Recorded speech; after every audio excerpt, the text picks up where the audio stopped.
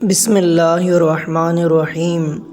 شادی کی تقریب میں ایک صاحب اپنے جاننے والے آدمی کے پاس جاتے ہیں اور پوچھتے ہیں، کیا آپ نے مجھے پہچانا؟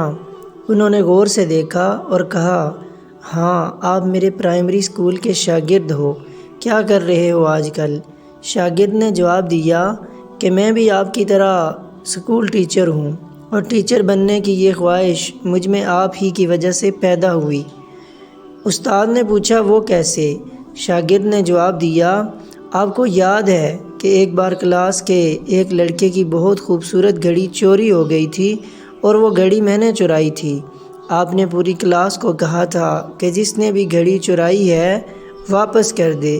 میں گھڑی واپس کرنا چاہتا تھا لیکن شرمندگی سے بچنے کے لیے یہ جرأت نہ کر سکا۔ آپ نے پوری کلاس کو دیوار کی طرف منہ کر کے آنکھیں بند کر کے کھڑے ہونے کا حکم دیا اور سب کی جیبوں کی تلاشی لی اور میری جیب سے گھڑی نکال کر بھی میرا نام لیے بغیر وہ گھڑی اس کے مالک کو دے دی اور مجھے کبھی اس عمل پر شرمندہ نہ کیا۔